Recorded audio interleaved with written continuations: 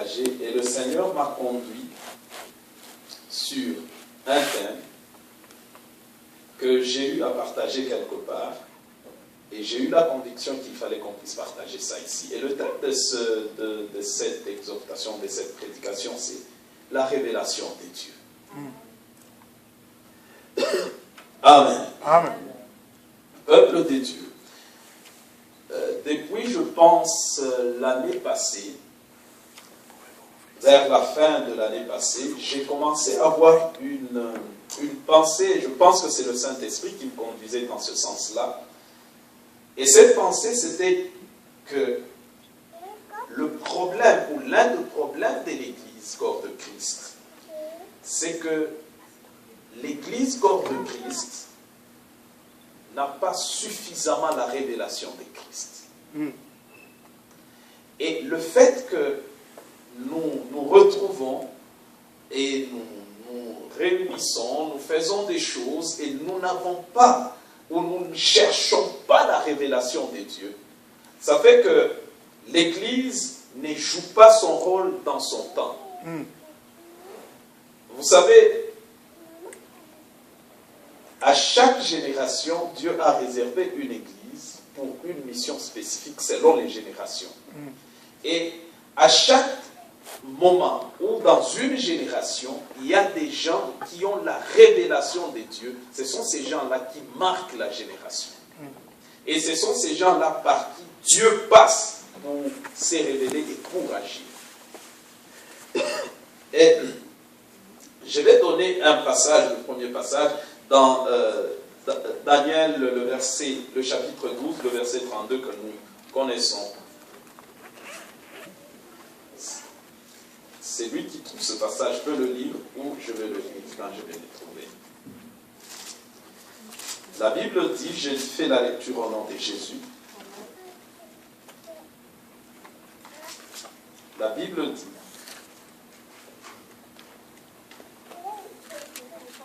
il séduira par ses flatteries les traîtres de l'alliance. Et la Bible continue. Mais ceux du peuple qui connaîtront leur Dieu agiront avec fermeté. Ceux du peuple qui connaîtront leur Dieu agiront avec fermeté. Et Daniel, qui recevait cette grande révélation, et je crois aussi profondément que c'est une révélation de notre temps. Il dit, en fait, il reçoit cette révélation, il dit, Daniel 11, le verset 32. Et il dit, il commence d'abord par dire, il séduira, parlant du diable, parlant de toute son organisation, il va séduire les traîtres de l'alliance. Mais Daniel finit par dire, mais ceux du peuple qui connaîtront leur Dieu, ce sont ceux-là qui agiront avec fermeté. C'est que ici, en fait, il parle de deux races. Il parle de la race des traîtres de l'alliance, c'est-à-dire ils étaient dans l'alliance, mais ils ont trahi l'alliance. Et Daniel dit, mais il y aura une autre race. Cette race-là, ça sera la race de ceux-là qui connaîtront leur Dieu. Et ceux-là, ils ne sauront pas trahir l'alliance. Pourquoi? Parce qu'ils connaissent Dieu. C'est pourquoi j'ai dit peuple de Dieu. L'une des choses les plus importantes, ou la plus importante, c'est la révélation de Dieu. Amen. Amen. Parce que sans la révélation de Dieu, les choses de Dieu deviennent comme un mouvement.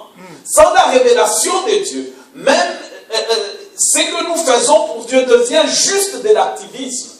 Sans la révélation de Dieu, nous berçons plus dans les sentiments, dans des intentions, et c'est comme on est dans des choses, dans le folklore.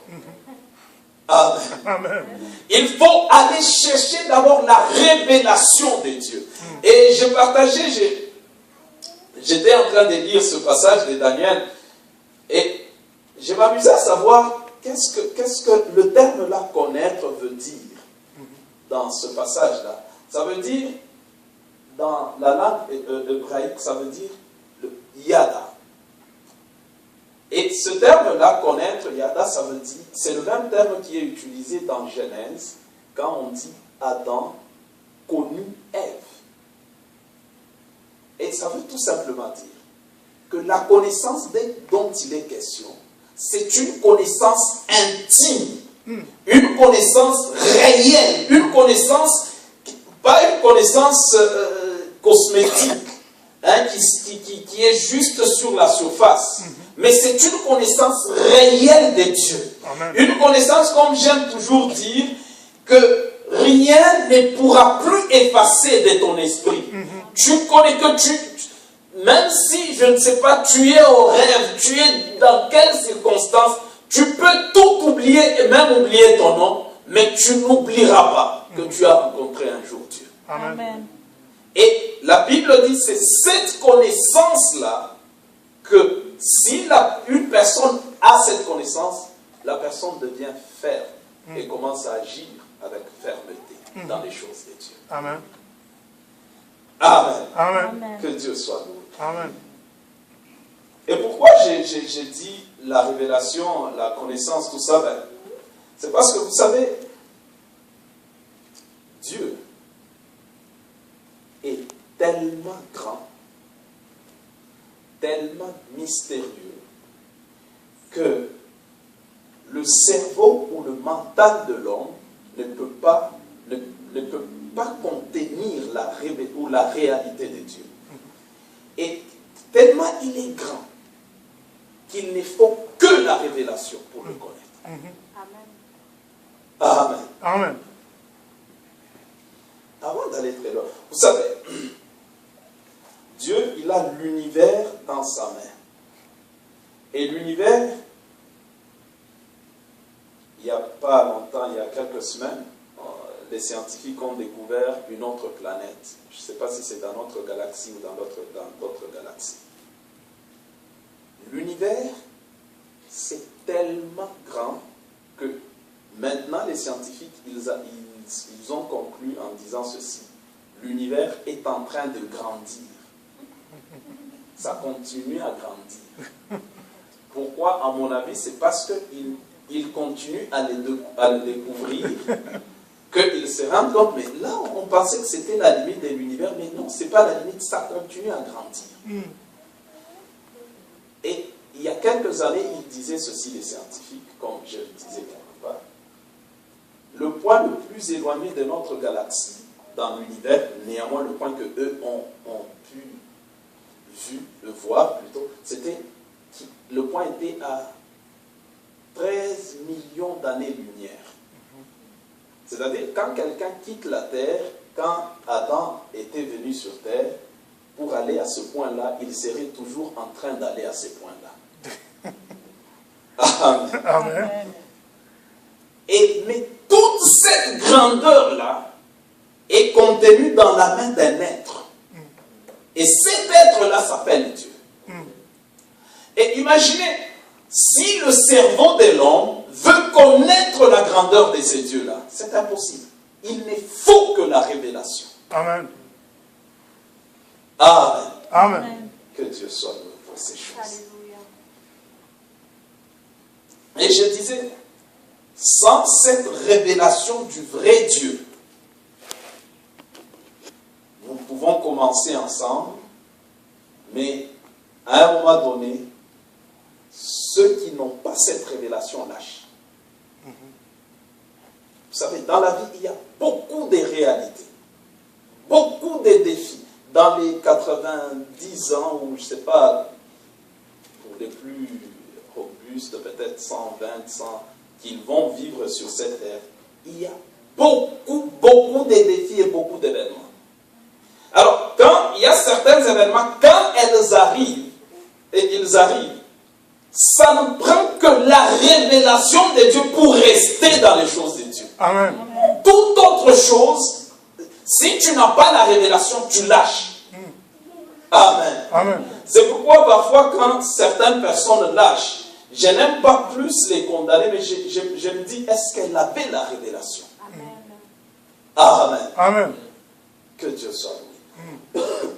Et pour bien comprendre ces choses, nous allons lire une histoire très intéressante de Ruth et Orpa. Ruth, Naomi, Orpa.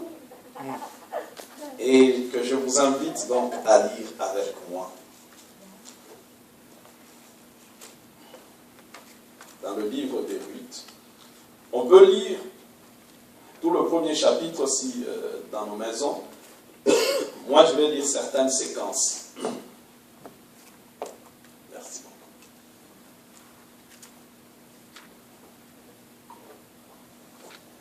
Alors, toutes les fois que je vais tousser un peu, je vais m'excuser. Donc, je m'excuse pour toutes les fois, pour ne pas m'excuser toutes les fois. Amen. Amen. Alors, je vais faire la lecture dans le livre de Ruth. On lit, je disais, à la maison, nous pouvons lire tout le chapitre, mais je vais lire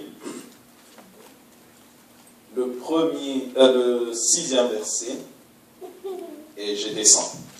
Puis elle s'éleva, elle et ses belles filles, afin de quitter le pays des Moab, car elle apprit au pays des Moab que l'Éternel avait visité son peuple et lui a donné du pain.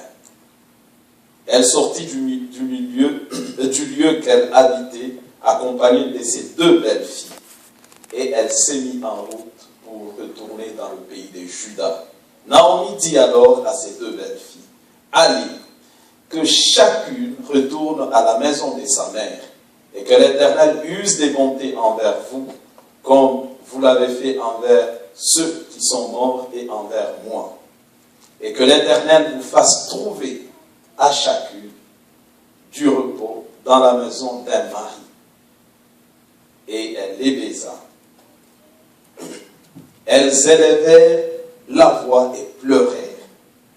Et elles lui dirent, « Non, nous irons avec toi vers ton peuple. » Au 11e verset, Naomi dit, « Retournez mes filles, pourquoi viendrez-vous avec moi? Ai-je encore dans mon sein des fils qui puissent devenir vos maris? Retournez mes filles, allez, je suis trop vieille pour me remarier. Et quand je dirai,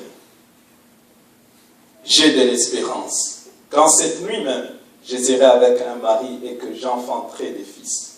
Attendriez-vous, elle était très sage cette dame, attendriez-vous pour cela qu'ils aient grandi, refuseriez-vous pour cela de vous marier? Non, mes filles, car à cause de vous, je suis dans la grande affliction de ce que la main de l'Éternel s'est étendue contre moi. Et elles élevèrent la voix et pleurèrent encore. Orpa baisa sa belle-mère, mais Ruth s'attacha à elle. Amen. Que Dieu soit loué. Amen. C'est en fait l'histoire de Ruth, Orpa, Naomi, et nous connaissons toute cette histoire. C'est qu'il y a eu une famille qui habitait Juda et il y a eu des circonstances difficiles dans Juda. Et cette famille qui avait comme père Elimelech, et la mère c'était, en fait, sa femme, c'était Naomi. Ils sont partis à Moab, ils se sont installés et arrivés, bon, plusieurs années passèrent, ils ont eu des enfants et leurs enfants se sont mariés à Moab et l'un des enfants a épousé Orpa et l'autre a épousé Naomi, Ruth plutôt. Et après un temps, les hommes de cette famille-là sont morts, c'est-à-dire le mari qui était Elimelech et les 2 enfants sont aussi morts. Et il n'est resté que des femmes dans cette famille, donc Ruth, Naomi et Orpa. Et maintenant, Naomi a appris que Dieu a visité son pays, il a visité Juda. Et Naomi s'est dit, ok, je vais rentrer dans mon pays et je vais m'installer là-bas. Et de toute manière, j'ai perdu mon mari et mes 2 enfants. Et elle commença à rentrer dans son pays. Et c'est sur le chemin, je pense, Si nous lisons l'histoire, nous le lisons vite, mais moi je pense que même en ce temps-là, c'était un déménagement. Il fallait faire des boîtes, les mettre peut-être sur les chameaux. Elle a fait tous ces processus avec ces deux belles filles. Et arriver en chemin, parce que cette discussion, ce n'est pas sur la route. Ce n'est pas à la maison. Donc, arriver en chemin, elle dit non, écoutez, moi je rentre dans ma nation. Vous, restez rentrez plutôt dans la maison de vos parents. Et peut-être Dieu va vous faire grâce, d'ailleurs elle est bénie, vous allez trouver encore d'autres maris et vous allez vous remarier. Les deux filles, regarde, non. Elles ont dit non, non. Nous irons avec toi. Et Naomi, et là je pense qu'elles étaient en train d'avancer, elles s'éloignaient de plus en plus de Moab et tendaient vers Juda. Et Naomi, à un moment donné, elle insiste beaucoup. Et Naomi va prendre des choses pratiques de la vie. Elle dit, bon, ok, si vous venez avec moi,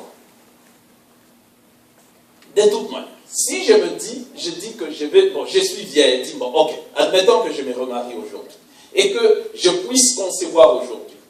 Mais est-ce que vous allez attendre ces garçons-là? Bon, d'abord, il y a des probabilités que ce soit des filles. Bon.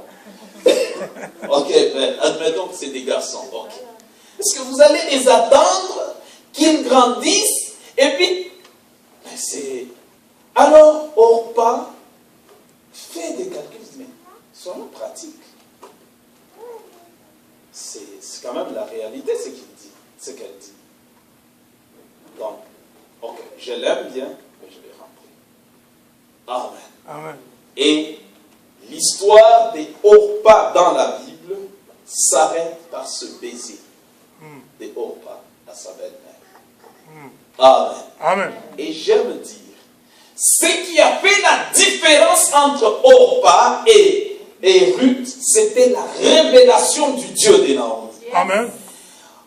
Ruth, c'était une personne qui vivait dans la maison des Juifs et qui a eu la révélation de ces dieux-là. Amen. Et si nous allons lire la suite, vous allez voir ce que Ruth dit. Ça révèle que cette fille, ce qui l'intéressait, ce n'est pas avoir un autre mari, ce n'est pas aller chercher un intérêt quelconque, mais c'est parce qu'elle a découvert que derrière Ruth et Naomi, il y a un Dieu. Amen. Et elle s'est accrochée à ces dieux-là. Amen. Amen. Amen. Et sans la révélation de Dieu, on finit toujours par le baiser. C'est pourquoi Judas finit aussi par un baiser avec Christ. Un baiser, c'est quelque chose, normalement, qui est supposé montrer l'affection. Amen. Amen. Qui est supposé montrer l'affection, l'amour, le respect, des choses comme ça. Mais c'est ça qui sépare, qui met la marque, la séparation, ou la ligne de démarcation entre ceux-là qui ont la révélation et ceux-là qui n'en ont pas. Quand on n'a pas la révélation, on chantera, on va adorer, on va pleurer parfois.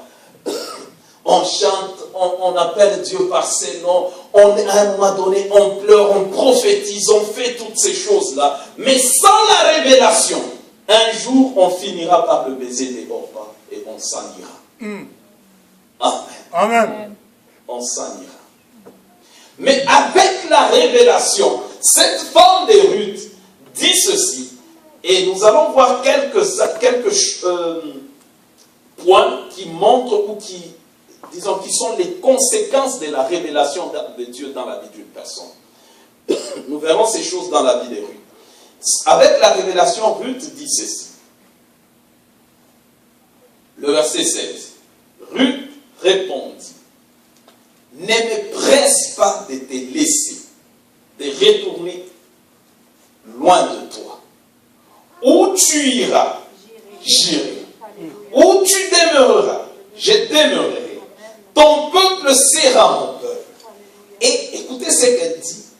Ton Dieu sera mon Dieu. Et ici, elle est en train, en fait, de dire les choses pour lesquelles elle s'attache à Naomi.